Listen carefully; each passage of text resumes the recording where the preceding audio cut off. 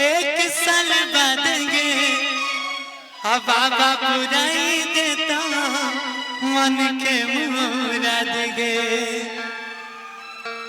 कि सुइया के चढ़ाई चाहिए अरे जइहे तुम मगन में आजोरी लगई तो बाबा अरे ये लगन में का लड़की कहे छे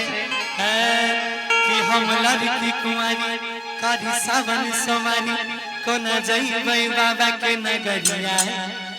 अरे लेके कंधे गंगा जल कोना जइबै पैदल अब बड़ा कठिन छे भोला के डगरिया। तब हम कहलो सर कि गे रानी भोला जी पे जलवा चढ़ाई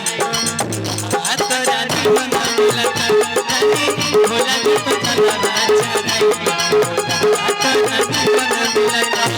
हम लगवानी रक्षा में सवारी को न दई भाई बाबा के नगरिया लेकिन दिन गजल को नजर पर बाबा कठिन से भोला के डगरिया हम लगवानी कर सावन सवारी को न दई भाई बाबा के नगरिया लेकिन कंधे गंगा जल को नजर पर बड़ा कठिन से भोला के डगरिया रानी भोला जी पे जलवा चढ़ाई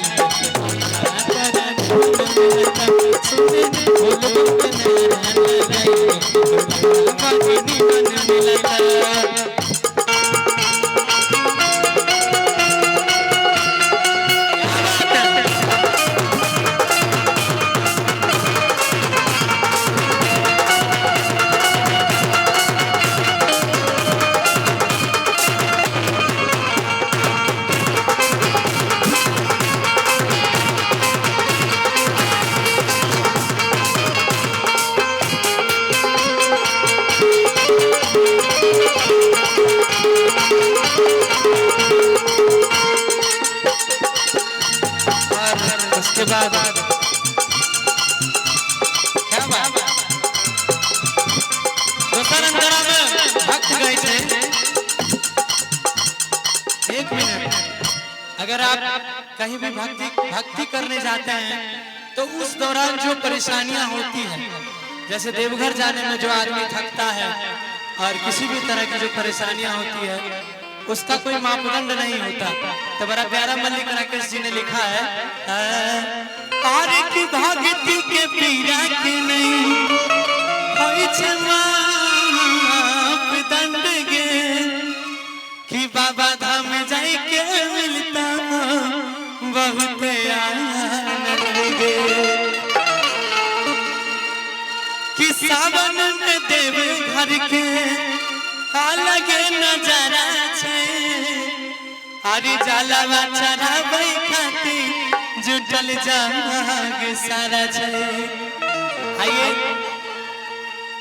कि भक्ति के पीरा के नहीं होय छे मापदंड के बाबा धाम जाई के मिलता बहुत आनंद के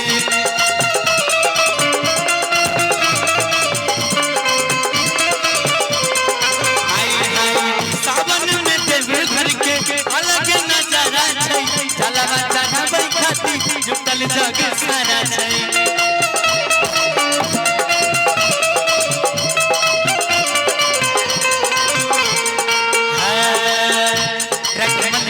सब कहने विशेष हम बुझ गेल सारा बतिया अब लगन भाई को गुरु जैसा रहते सब कसतिया कटर मल्लिक रखे सब कहने विशेष हम बुझ गेल सब बतिया अब लगन भाई को गुरु सब रहते सब कसतिया रानी भोला जी पे जलवा चढ़ाई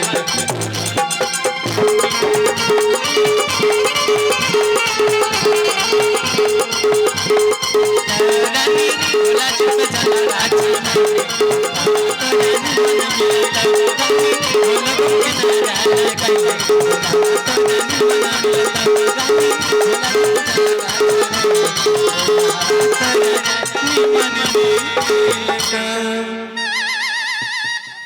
चला।